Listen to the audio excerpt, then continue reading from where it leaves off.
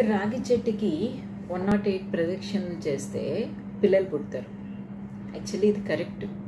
ఎందుకంటే మీరు ఆలోచిస్తే పెద్ద రాగి చెట్టు, దాని చుట్టూతో ఉన్న గట్టు అదంతా చూస్తే దాని చుట్టూతో 108 ప్రదక్షిణలు చేస్తే మినిమం 7 to 8 కిలోమీటర్స్ వాక్ అవుతుంది.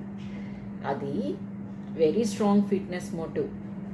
అండ్ అట్లనే 108 ప్రదక్షిణలు వీక్ అట్లీస్ట్ ట్రైస్ చేసిన 108 టైమ్స్ ప్రదక్షిణలు అంటే మీరు చాలా ఎక్సర్సైజ్ చేసినట్టు.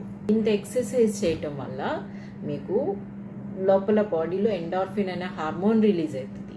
ఆ హార్మోన్ ఇంటర్న్ మీ ఓవరీస్ని స్టిమ్యులేట్ చేస్తాయి.